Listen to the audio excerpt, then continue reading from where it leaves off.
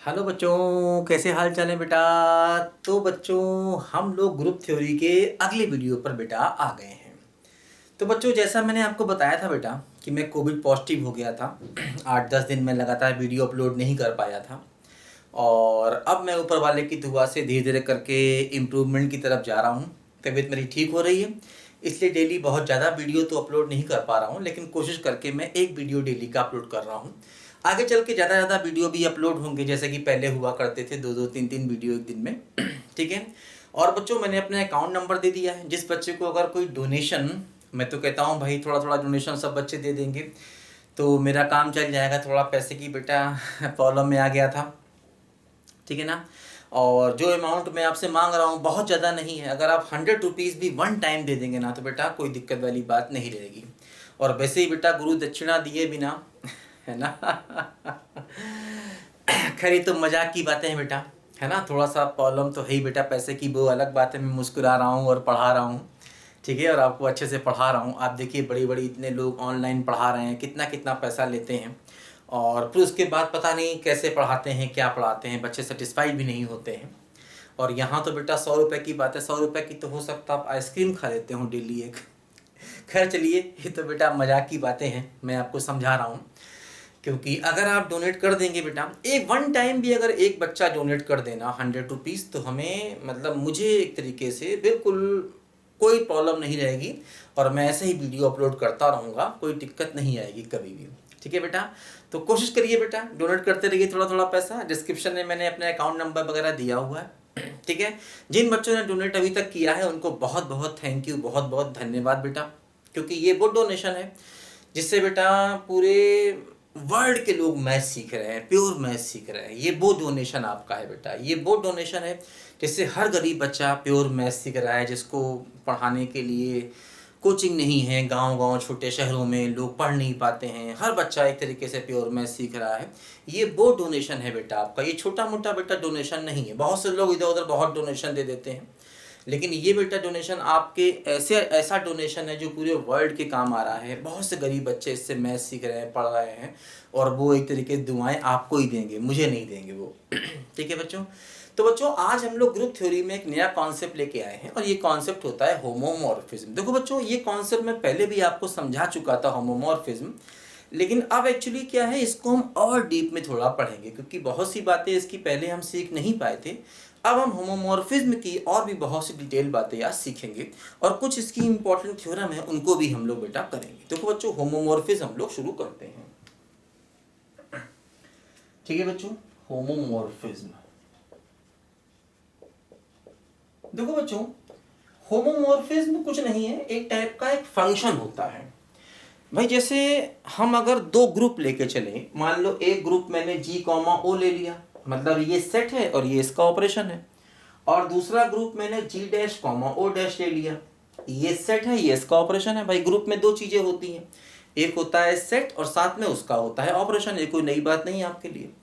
अच्छा, फंक्शन जब हम डिफाइन करते हैं तो फंक्शन को दो सेट चाहिए होते हैं। जैसे कि मान लीजिए आपने एक सेट ए ले लिया और आपने दूसरा सेट बी ले लिया, ठीक है। और मान लीजिए आपने एक फंक्शन डिफाइन कर दिया। मान लीजिए यहाँ पर आपने एलिमेंट ले लिए a1 a2 a3, और यहाँ पर एलिमेंट्स आपने ले लिए b1 b2 b3 और b4। और मान लीजिए आपने ऐसे करके फंक्शन यहाँ पर डिफाइन कर दिया। तो फंक्शन को डिफाइन करने के लिए बेसिकली हमें दो सेट चाहिए होते हैं। जैसे देखो यहाँ पर एक सेट ए है, एक सेट बी है, तो ये फंक्शन कहाँ से कहाँ तक है, ए से बी तक है। इसको हम ऐसे लिख सकते हैं f from a to b। मैंने बताया था अगर आपको फंक्शन डिटेल से पढ़ना हो तो क्लास 12 की मेरी बेटा एक प्लेलिस्ट है फंक्शंस की एंड रिलेशंस की, तो क्लास 12 फंक्शन की प्लेलिस्ट पे जाके पढ़ेंगे तो आपको फंक्शन पूरा डिटेल से क्लियर हो जाएगा। और ये बातें मैं बताता आ रहा हूँ, जो बच्चे शुरू से पढ़ रहे हैं वो समझ रहे हैं इन बातों को, कि मैं कई बार ये बातें आपको बता चुका हूँ बेटा।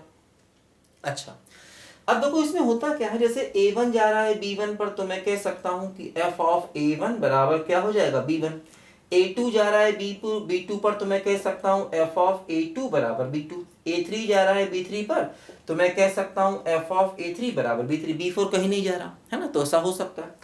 तो बच्चों ध्यान रखना, फंक्शन में क्या होता है, इसका कोई भी एलिमेंट छूटना नहीं चाहिए। जैसे देखो यहाँ पर b का एलिमेंट आपने छोड़ दिया, ऐसा कर सकते हैं, लेकिन ए का एलिमेंट नहीं छूटना चाहिए। ए का एलिमेंट छूटा तो उसे फंक्शन नहीं कहेंगे। दूसरी बात, इसका एक एलिमेंट दो पर नहीं जाना चाहिए, ये केवल एक पर ही जाएगा। जैसे कि मान लो अगर मैं ऐसा करना चाहूँ तो ये चीज़ पॉसिबल नहीं है, ये चीज़ फंक्शन नहीं होगा। मान लीजिए a1 है, a2 है, और यहाँ पर मान लीजिए b1 है, b2 है, b3 है।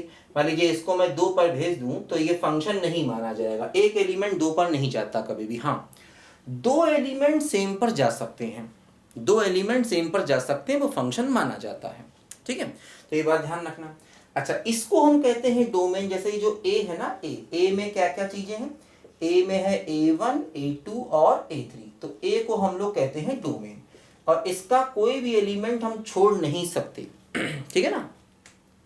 जो पूरा सेट बी है बच्चों, बी क्या है देखो, b1, b2, b3 और b4।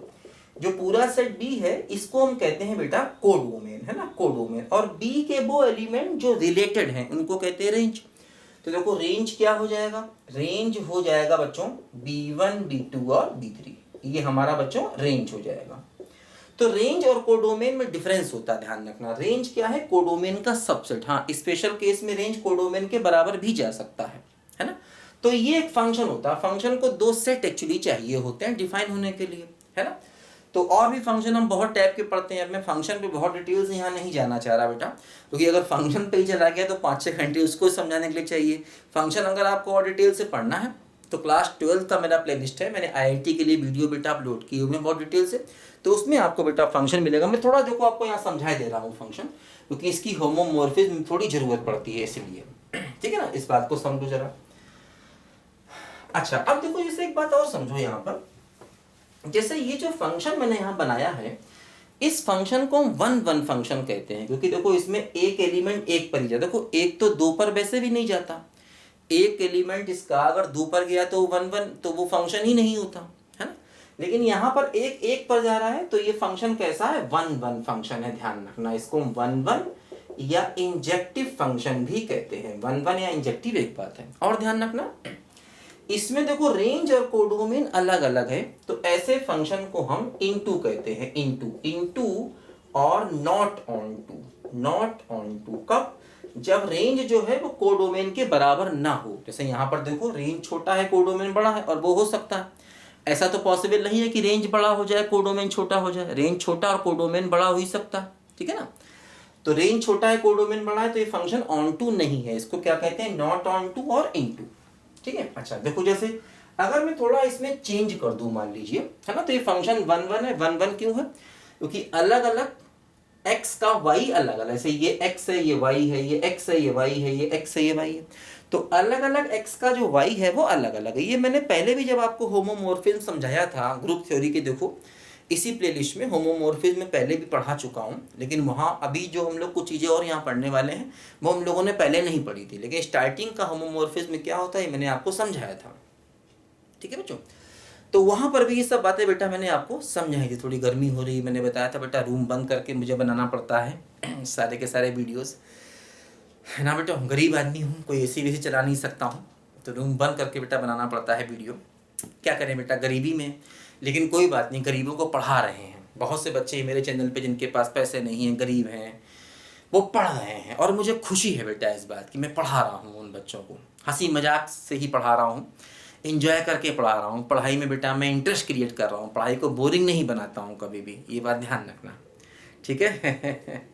चलिए कर, तो बच्चों देखो ये फंक्शन वन वन फंक्शन है, क्योंकि इसमें, अच्छा अब देखो इसमें अगर मैं थोड़ा चेंज कर दूं तो ये फंक्शन है ना वन वन से मैनी वन हो सकता है। जैसे कि मान लीजिए अगर मैंने ये फंक्शन ले लिया, फॉर एग्जांपल मैंने ये A सेट ले लिया, ये B सेट ले लिया, इसमें A1 ले लिया, A2 ले लिया, A3 ले लिया, इसमें B1 ले लिया, B2 ले लिया, B3 ले लिया, मान लो ऐसे मैंने कर दिया। अब देखो ये फंक्शन जो है ना ये मैनी वन हो गया, क्योंकि दो एलिमेंट सेम पर जा रहे हैं। भाई देखो एक तो दो पर जा ही नहीं सकता, वो तो फंक्शन ही नहीं होगा। हाँ, दो सेम पर आ सकते हैं। अगर दो सेम पर आए तो ये फंक्शन वन वन नहीं होगा, नॉट वन वन होगा। इसको नॉट वन वन, और नॉट वन वन का दूसरा नाम मैनी वन भी होता है। मैनी वन क्यों? Because many are going to one, है ना। अच्छा और देखो इसमें भी रेंज में क्या है? B1 B2 है। कोडोमेन में क्या है? B1 B2 B3, तो रेंज कोडोमेन से छोटा है ऑब्वियसली, इसलिए ये भी फंक्शन ऑन टू नहीं है, ठीक है ना। ये भी ऑन टू नहीं है, नॉट ऑन टू है ये भी।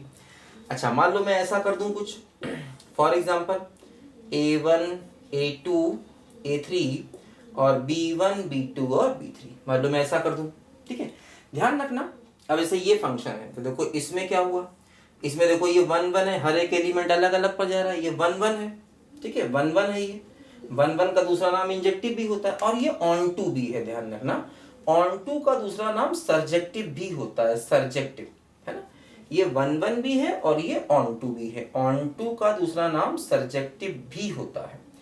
और जो फंक्शन 1 1 एंड ऑन टू दोनों होता है उसको हम नया नाम बाइजेक्टिव भी देते हैं, ध्यान रखना, ठीक है। जैसे खाली 1 1 है तो इंजेक्टिव, 1 1 नहीं है तो उसको हम मैनी वन कह सकते हैं।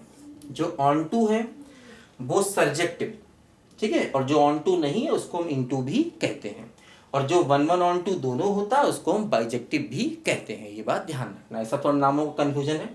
तो देखो ये फंक्शन 1 1 ऑन टू दोनों है, 1 1 क्यों है, हर एक्स का अलग अलग वाई है, ऑन टू क्योंकि देखो जो रेंज है वही कोड हूं मैंने, रेंज का मतलब जो एलिमेंट रिलेटेड हैं किसके, बी के, उनको हम रेंज कहते हैं, ठीक है ना। तो ये बात ध्यान रखो बच्चों, इसका देखो यहाँ पर यूज होगा अभी। तो ये हमने फंक्शन का थोड़ा सा बेसिक बेटा आपको समझा दिया, क्योंकि होमोमॉर्फिज्म इसका यूज होगा, ठीक है। देखो जरा बच्चों ध्यान से पहले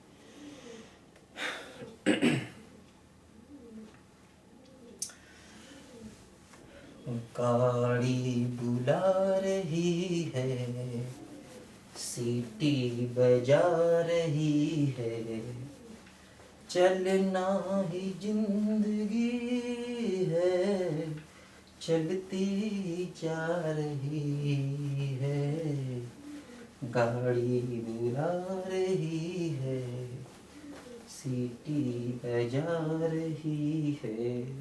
देखो ध्यान दो बच्चों, अब होमोमॉर्फिज्म क्या होता है। देखो जैसे कि मान लो मैंने कहा कि G कॉमा O मेरे पास एक ग्रुप है और G dash comma O dash मेरे पास दूसरा ग्रुप है।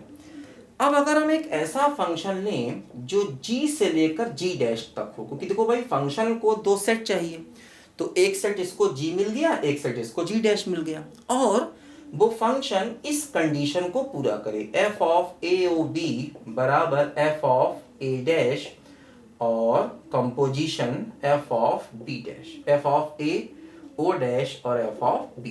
देखो वो फंक्शन इस कंडीशन को भी पूरा करे। देखो a और b किसके एलिमेंट्स हैं, g के, a और b किसके एलिमेंट हैं, g के। तो देखो यहां पर जो बीच में इनके ऑपरेशन आया है ये g का आया है।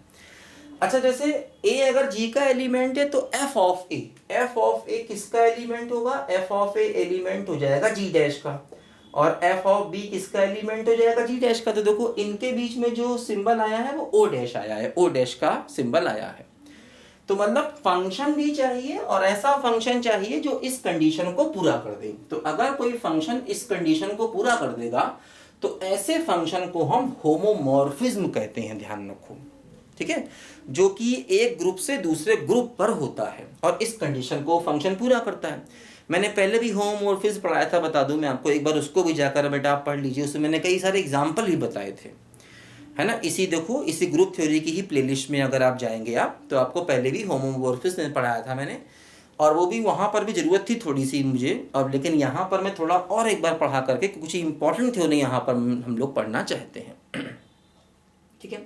तो वहाँ मैंने एग्जाम्पल भी कई सारे समझाए थे। यहाँ देखो जो O है ना वो इसका ऑपरेशन है, और यहाँ पर O डैश इसका ऑपरेशन है, क्योंकि FA और FB जो है ना वो G डैश के एलिमेंट होते हैं हमेशा।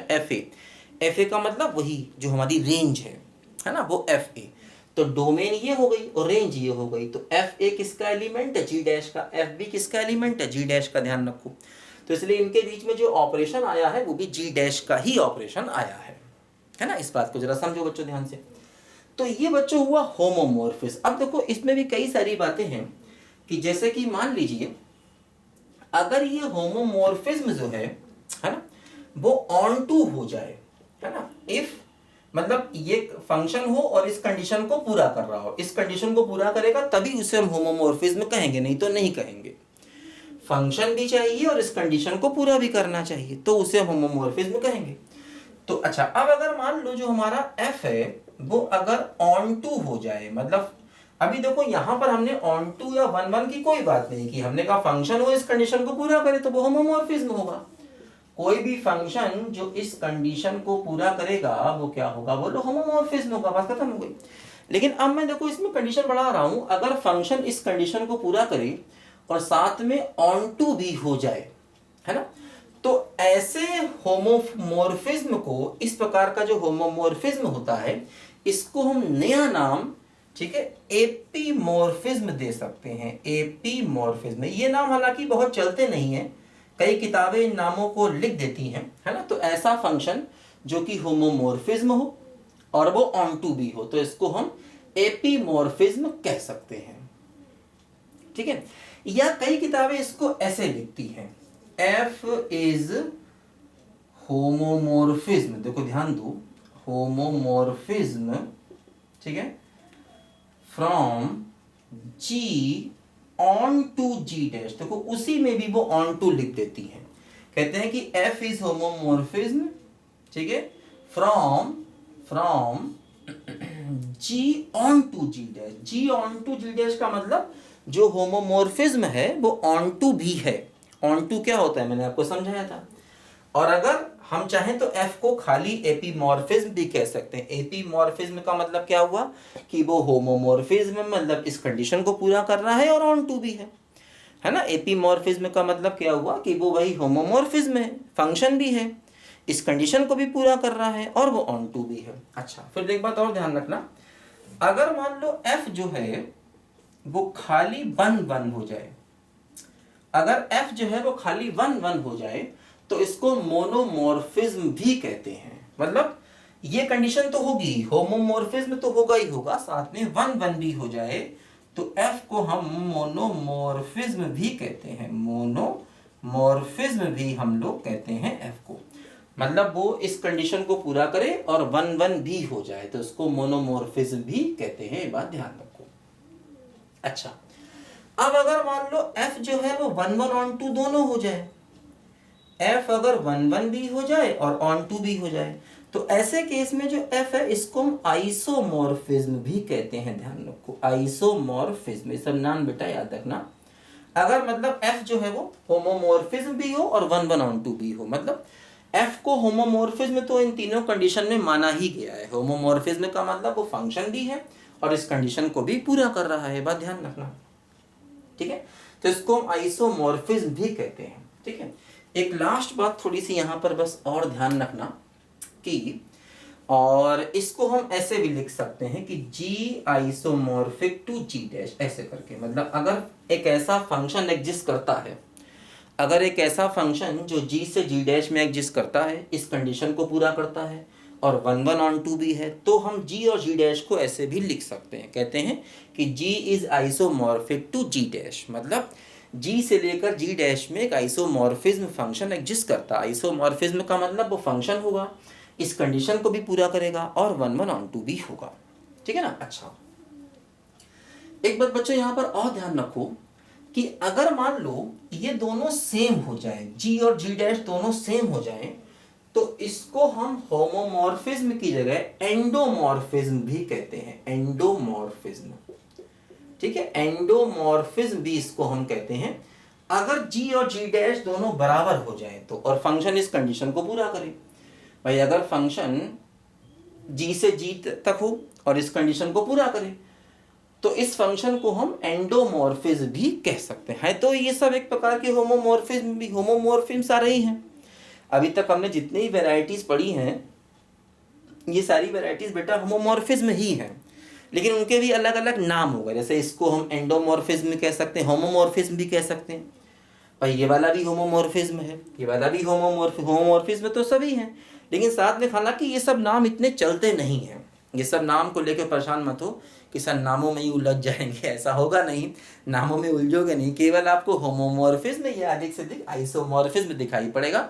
इसके अलावा आपको ये सब नाम हम दिखाई पड़ेंगे नहीं। सब नाम जो है ना वो नाम की एक पॉलिटिक्स होती है। जैसे आज के ज़माने में भी नाम की पॉलिटिक्स चलती रहती है वैसे पुराने ज़माने में भी साइंटिस्ट के बीच में नाम की पॉलिटिक्स चलती रहती थी कि भाई एक ने एक नाम रखा, बोले हम इस नाम को नहीं मानेंगे, हम ये नाम रखेंगे। तो भैया वो एक बच्चे के लिए तो दिक्कत हो गई ना, उसे 50 नाम याद रखने पड़ेंगे, 50 मैथमेटिशियन आए, 50 नए नाम उन्होंने निकाल दिए, तो बच्चे के लिए तो दिक्कत हो जाएगी ना बेचारे के लिए। तो ये नामों की पॉलिटिक्स आज की नहीं, पुरानी है। आप समझ ही रहे होंगे मेरा कहने का मतलब क्या है, लेकिन अब ज़्यादा मत समझो, पढ़ाई पे ध्यान दो, ठीक है। देखो अब हम लोग जो एक इम्पॉर्टेंट कॉन्सेप्ट बेटा पढ़ने जा रहे हैं, वो पढ़ने जा रहे हैं कर्नेल ऑफ होमोमॉर्फिज्म, है ना, कर्नेल ऑफ होमोमॉर्फिज्म। और फिर उस पर बेस्ड हम लोग एक इम्पॉर्टेंट थ्योरम भी बेटा यहाँ पर पढ़ेंगे। थोड़ा सा काला हो गया यार, मिटाना पड़ेगा साफ से। जब तक रहे तन में जिया बांधा रहा हो साथिया, हम तुम्हारे लिए तुम हमारे लिए। ये सब बातें किसके लिए कर रहे हैं? ये सब बातें बेटा मैथ्स के लिए चल रही हैं, तुम अदरवाइज मत लेना कि हम तुम्हारे लिए तुम हमारे लिए कोई नया बीच में आ गया है, ऐसा नहीं है। हमारे और मैथ्स के बीच में बेटा तीसरा कोई नहीं आ सकता है, समझे? ये सब बातें हम लोग मैथ्स के लिए कर रहे हैं, ठीक है। चलो बच्चों देखो, हम लोग एक इम्पॉर्टेंट कॉन्सेप्ट पढ़ने जा रहे हैं, और इस कॉन्सेप्ट का नाम होता है बेटा kernel of homomorphism. Kernel of homomorphism.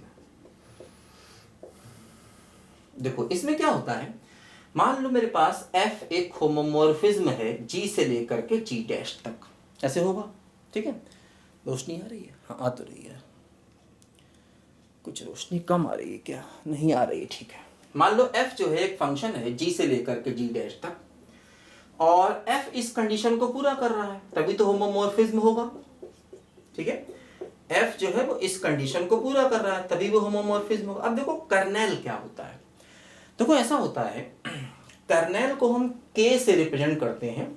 जो K होता है, कैपिटल K कह लीजिए, वो G के ऐसे एलिमेंट्स का सेट होता है।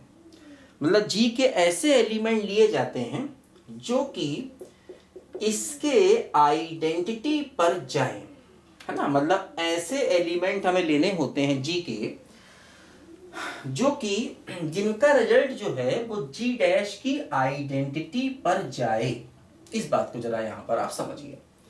जैसे क्या होता है, मान लो G है, ठीक है, और मान लो G डैश है, तो जैसे कि G के पास कुछ एलिमेंट होंगे, G1 G2 G3, E भी होगा, आइडेंटिटी भी होगा। इसी प्रकार G डैश के पास भी कुछ एलिमेंट होंगे, मान लो H1 H2 H3 है, और E डैश भी होगा, इसका अपना आइडेंटिटी। तो देखो बहुत से एलिमेंट अलग अलग जगहों पर जाते हैं, है ना। अच्छा अब ध्यान रखना, E हमेशा E डैश पर जाता है। ये होमोमॉर्फिज्म की कंडीशन होती है कि F ऑफ E जो है ये हमेशा F ऑफ E डैश पर जाता ही जाता है, हमेशा, है ना। ये होमोमॉर्फिज्म की अपनी कंडीशन होती है, ध्यान रखना। ये मैंने पहले प्रूव भी की थी उसको, जब मैंने पिछली बार होमोमॉर्फिज्म पढ़ाया था वहां मैंने इसको प्रूव भी किया था, दोबारा प्रूव नहीं कर रहा हूं। E हमेशा E डैश पर जाता है, और भी एलिमेंट E डैश पर जा सकते हैं। तो जो एलिमेंट E डैश पर जाते हैं, जैसे कि मान लो यहाँ पर E डैश पर कौन कौन जा रहा है, एक तो E जा रहा है, दूसरा देखो G3 जा रहा है, तो इनके सेट को हम कर्नेल कहते हैं, है ना। तो ऐसे G के ऐसे एलिमेंट का सेट जो कि E डैश पर जाए। E डैश क्या है? G डैश की आइडेंटिटी है। E तो हमेशा E डैश पर जाएगा ही जाएगा, मतलब E हमेशा आपको यहाँ पर दिखेगा ही दिखेगा। इसके अलावा और भी एलिमेंट जा सकते हैं। तो देखो जो कर्नेल होता है ना, ये हमेशा G का एक सबसेट होता है, ध्यान रखना। कर्नेल क्या है? G का एक सबसेट है ना, क्योंकि G का ही एलिमेंट लेके कर्नेल आप बना रहे हैं। कर्नेल या कर्नल कुछ भी कह दो, ठीक है। KERNEL की स्पेलिंग है कर्नल, ठीक है, ठीक है बच्चों। तो जो K होता है ना, ये G का ही सबसेट होता है, तो इसको हम कर्नल कहते हैं। देखो अब एक थ्योरम है, वो देखो थ्योरम ये कहती है कि ये जो K होता है ये एक नॉर्मल सब ग्रुप ऑफ G होता है। मतलब अगर मान लो F जो है वो G से G डैश तक एक होमोमॉर्फिज्म है, तो हमारा जो कर्नेल होता है, थ्योरम देखो क्या कहती है, थ्योरम कहती है kernel K is a normal सब ग्रुप ऑफ जी। नॉर्मल सब ग्रुप ऑफ जी, ये बहुत इंपॉर्टेंट थ्योरम है, क्योंकि देखो पहले हम लोगों ने इस थ्योरम को प्रूव नहीं कर पाया था, क्योंकि पहले हम नॉर्मल सब ग्रुप वगैरह जानते नहीं थे। अब देखो जानना, इसलिए इन चीज़ों को मिला रहे हैं। जो कर्नेल होता है ना, ये हमेशा जी का एक नॉर्मल सब ग्रुप होता है, इस बात को प्रूव करना है, ये अपने आप में एक थ्योरम है। ठीक है, देखो अब हम इस थ्योरम को यहाँ पर प्रूव करना चाह रहे हैं। लिखो जरा बच्चों ध्यान से कि कर्नेल जो है वो जी का एक नॉर्मल सब ग्रुप होता है। देखो अब हमें दो बातें प्रूव करनी है, लिखो जरा ध्यान से बच्चों इसको।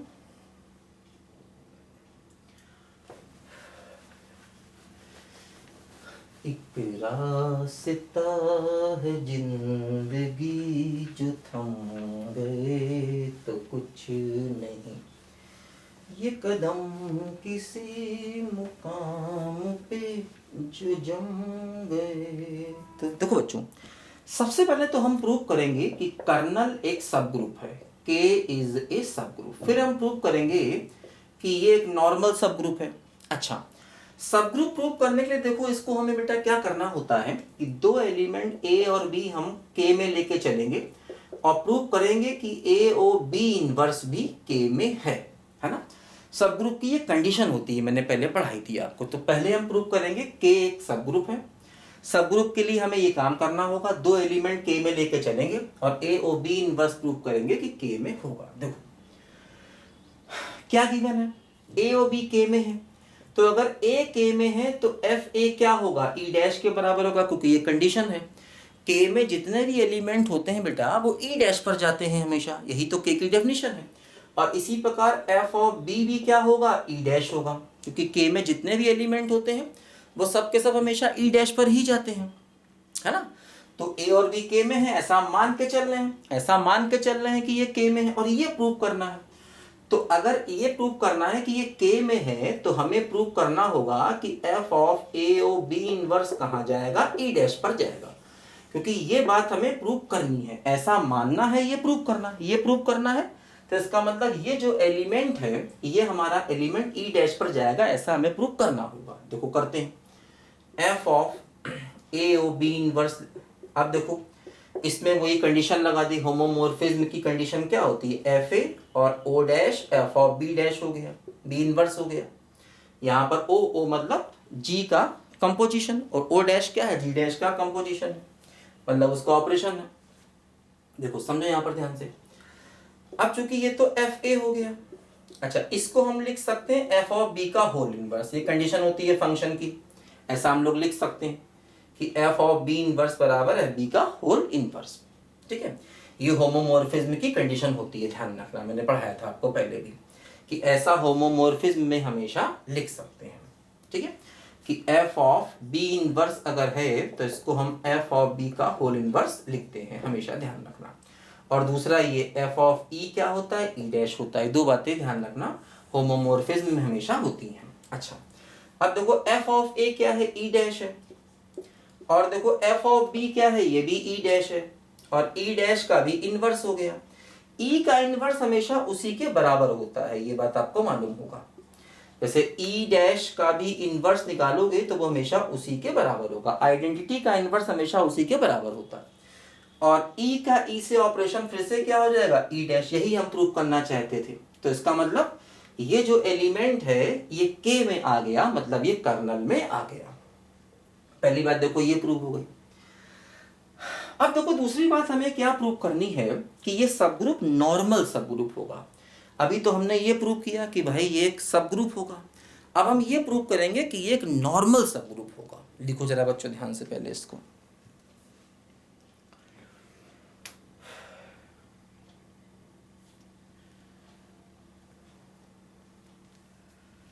एक रास्ता है जिंदगी जो थम गए तो कुछ नहीं, ये कदम किसी मुकाम पे जो जम गए तो कुछ नहीं। एक रास्ता है जिंदगी जो थोड़े तो कुछ नहीं। देखो बच्चों, अब हम प्रूव करेंगे कि के क्या है। के एक नॉर्मल सब ग्रुप है। के इज नॉर्मल सब ग्रुप। तो देखो नॉर्मल प्रूव करने के लिए बच्चों क्या करना पड़ेगा, एक एलिमेंट हम जी में लेके चलेंगे, एक एलिमेंट हम के में लेके चलेंगे, और हम प्रूव करेंगे कि जी के जी इनवर्स जो है, ये स्मॉल के ध्यान रखना, ये फिर से के में आ जाएगा। ये नॉर्मल सब ग्रुप की बेटा कंडीशन होती है, मैंने पढ़ाया था आपको कि के क्या है, इसका सब ग्रुप है। वहां पर पहले हम जी और एच लिया करते थे, यहां पर जी और के आ गया, कोई दिक्कत नहीं है ना। तो के इसका एलिमेंट है, जी इसका एलिमेंट है, तो जी के जी इनवर्स अगर के में आ जाएगा, ये ध्यान रखना कैपिटल के है, और ये वाला क्या है, स्मॉल के है। ये वाला क्या है, कैपिटल के है, और ये वाला क्या है, स्मॉल के। कैपिटल के का मतलब पूरा कर्नल, और स्मॉल के का मतलब उस कर्नल का कोई एक एलिमेंट है ना। कैपिटल के का मतलब पूरा कर्नल, और स्मॉल के का मतलब कर्नल का कोई एलिमेंट है। देखो हमें ये बात प्रूव करनी है, तो ये बात प्रूव करने के लिए क्या होगा, एफ ऑफ जी के जी इनवर्स बराबर ई डैश लाना होगा, क्योंकि हम चाहते हैं कि ये एलिमेंट के में आ जाए, तो इसका जो फंक्शन की वैल्यू है वो ई डैश के बराबर होनी चाहिए, तभी ये के में आएगा। तो वही हम प्रूव करना चाहते हैं। अब देखो जैसे यहां पर बीच में ऑपरेशन होगा, लिखा नहीं है लेकिन होगा। देखो इसको हम ऐसे लिख सकते हैं, जी ऑपरेशन के ऑपरेशन जी डैश, ऐसे लिख सकते हैं। अब देखो होमोमोर्फिज्म की कंडीशन क्या है कि एफ ऑफ जी, और यहां पर क्या हो जाएगा, ओ डैश, और एफ ऑफ के ओ जी इनवर्स। इसको एक मान लिया, इसको एक मान लिया, वही F of A O B बराबर F A O dash F B dash. अब देखो चूंकि जी जो है कैपिटल जी में है, तो कोई दिक्कत वाली बात नहीं। देखो इसमें हम फिर से वही अपना लगा दें, फिर वही डेफिनेशन लगा दें, एफ ऑफ के और O dash F of G inverse, फिर से वही है ना। होमोमोर्फिज्म की देखो हम कंडीशन यहां पर लगा दे रहे हैं। अब देखो ध्यान दो, चूंकि के जो है कैपिटल के में है, इसीलिए एफ ऑफ के क्या हो जाएगा, ई डैश हो जाएगा, क्योंकि ये कैपिटल के में है। कैपिटल के का मतलब ही यही होता है। देखो ये क्या होगा, एफ जी हो जाएगा, और ओ डैश ये क्या हो जाएगा, ई डैश हो जाएगा, ई डैश ओ एफ जी का इनवर्स। और देखो ये चूंकि आइडेंटिटी है, आइडेंटिटी का किसी भी एलिमेंट के साथ में अगर आप ऑपरेशन लेंगे तो आंसर वही आएगा। तो ये एफ ऑफ जी डैश ही रह जाएगा खाली, क्योंकि आइडेंटिटी का किसी के साथ में ऑपरेशन लेते तो वही रहता है। अब देखो ये हो गया एफ ऑफ जी, और इसको लिख सकते हैं हम लोग एफ ऑफ जी का होल इनवर्स। वही कंडीशन देखो आ गई। अब देखो समझो, ये एक एलिमेंट है और ये उस एलिमेंट का इनवर्स है, तो ए ओ ए इनवर्स किसके बराबर होता है, ई के बराबर होता है। ये एक एलिमेंट है और ये साथ में क्या हो गया, एलिमेंट का इनवर्स हो गया। तो देखो इसको हम ई डैश लिख सकते हैं आइडेंटिटी, क्योंकि देखो ये जो एलिमेंट है किसका है, जी डैश का है, और ये भी एलिमेंट किसका है, जी डैश का है।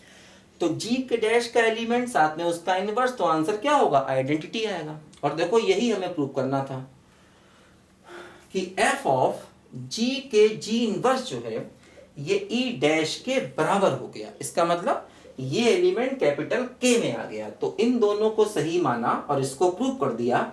इसका मतलब के क्या हो गया बच्चों, एक नॉर्मल सब ग्रुप हो गया। तो बच्चों ये थ्योरम काफ़ी इंपॉर्टेंट है, बहुत ही इंपॉर्टेंट है, मन से पढ़ते रहिए। अभी बेटा मैं एक वीडियो अपलोड कर रहा हूँ, आगे चल के फिर वही 2-2 3-3 वीडियो भी अपलोड करूँगा। सब बच्चों की फरमाइश पूरी करूँगा, सब बच्चों को पढ़ाऊँगा। वो अलग बात है बेटा, पैसों की कमी के कारण मेरे बच्चों को खुद के बच्चों को स्कूल से निकाल दिया गया, वो अलग बात है, लेकिन मैं सब बच्चों को पढ़ाऊँगा। मैं आपको सच बात बता रहा हूँ, बिल्कुल पैसे की कमी के कारण मेरे खुद के बच्चे स्कूल से निकाल दिए गए हैं। पिछले 2 सालों से मैं कोई भी इनकम नहीं कर रहा हूँ। हो सकता बहुत से बच्चों को लगता है यूट्यूब से बहुत पैसा मिल जाता होगा, अब ऐसा नहीं रह गया बेटा, वो टाइम चला गया, ठीक है। तो बहुत मुश्किल से बेटा, सच्चाई तो यही है, लेकिन कोई बात नहीं, मैं बच्चों को फ्री पढ़ा रहा हूँ। आप जितना डोनेशन दे पाते हैं आप दीजिए, कोई दिक्कत वाली बात नहीं। वो अलग बात है, आपका 100 रुपये मेरे लिए बहुत काम आ जाएगा, लेकिन पढ़ाता रहूँगा, परेशान मत होइए, ठीक है बच्चों। चलिए बेटा मिलते हैं अगले वीडियो में, तब तक के लिए बाय बाय।